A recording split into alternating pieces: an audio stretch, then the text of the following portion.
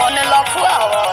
अरे ओइला बरियात में दूल्हा के साथ में रोई की पोखे के ना गुलाब लेके हाथ में। और क्या करता खाली हमरे कठुक टुक ताके होरे देखो ही में लागतिया योलिया होठ ललिया लगा के जान मारे भैया के सलिया होठ ललिया लगा के एही के बनाला घर वालिया हो बन बलिया पहना के।